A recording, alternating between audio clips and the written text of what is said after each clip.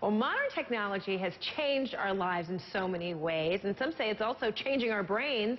Here to talk about it is Dr. Gary Small. He is director at the UCLA Memory and Aging Research Center, and he's also the author of iBrain: Surviving the Technological Alteration of the Modern Mind. Good to see you, Dr. Small.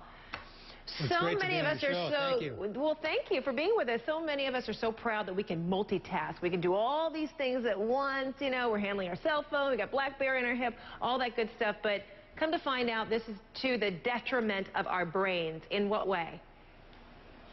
We have the perception we're getting more done when we multitask, but in reality, we're making more errors. So we're faster, but we're sloppier. It's a challenge because it's so seductive. We want to use this technology all the time, and it's not all bad.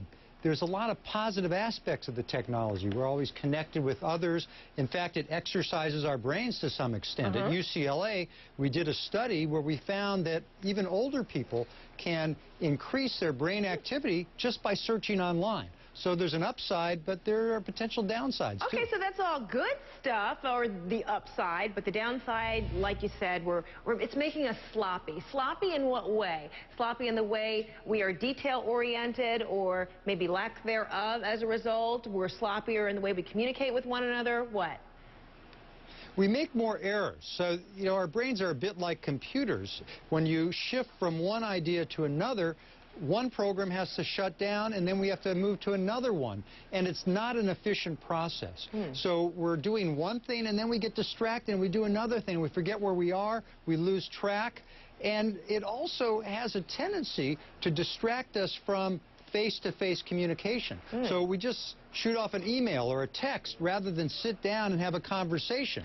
So we're finding that particularly young people who tend to use this technology a lot more, they're not as good at looking you in the eye when they have a conversation or noticing nonverbal cues. Okay, this is not good. So how do we manage this? Because we know that we're not going to be able to, you know, depart from all this technology, especially the younger generation. As you mentioned, it's really kind of, you know, an extension of their limbs. So what do we do to manage this? How do we kind of police ourselves while we also enjoy all these gadgets? The first step is to be aware of how it does affect our brains. Our brains are very sensitive, and if you spend a lot of time with one task over and over again, it will strengthen the neural circuitry for that task, but weaken the other tasks, the face-to-face skill tasks. So finding balance is really the key. Spending time offline, taking breaks, forcing ourselves to get up and have a conversation once in a while or take a walk rather than spend... Well, I'm you remember how to do that? Yeah, well, I'm thinking the last one. Well, it sounds simple, but if I'm addicted, because that's really what it is these days, if I am addicted to technology, I've got to be in front of my computer screen, I've got to have my BlackBerry, all that good stuff. How in the world am I going to want to walk away from this stuff? Are you telling me I need to kind of put a schedule in front of myself that says, you know, at 2 o'clock, I've got to take a break, I've got to go do X, Y, Z? You can't force yourself to do it unless you want to.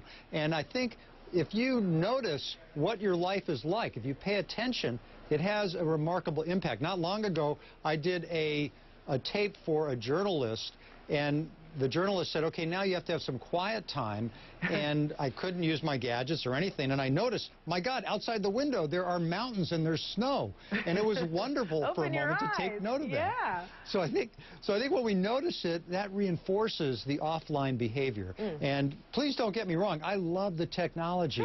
It's great. I don't know if you know that surgeons who spend more time playing video games actually make fewer errors in the operating room. So it's training their brains. And the next time you go for surgery, maybe ask the doctor how many hours a week are they playing World of Warcraft. Oh boy, well maybe it's the fine-tuning of those small muscles. You know, they're using that, you know, for their surgery and all that good stuff. It's kind of like practice, right? Maybe that's one way of looking at it.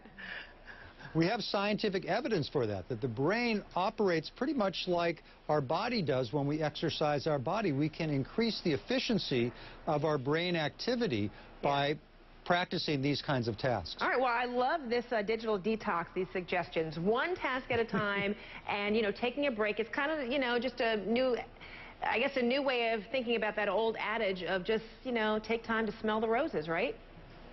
Well, I think that's part of it. And in iBrain, we not only talk about how to reconnect offline, but also how to upgrade technological skills of the older generation, the so-called digital immigrants who come to the technology later in life, a little more reluctant to pick it up, and need to really upgrade their skills so they can keep up with the digital natives. All right, Dr. Gary Small, thanks so much. I appreciate that.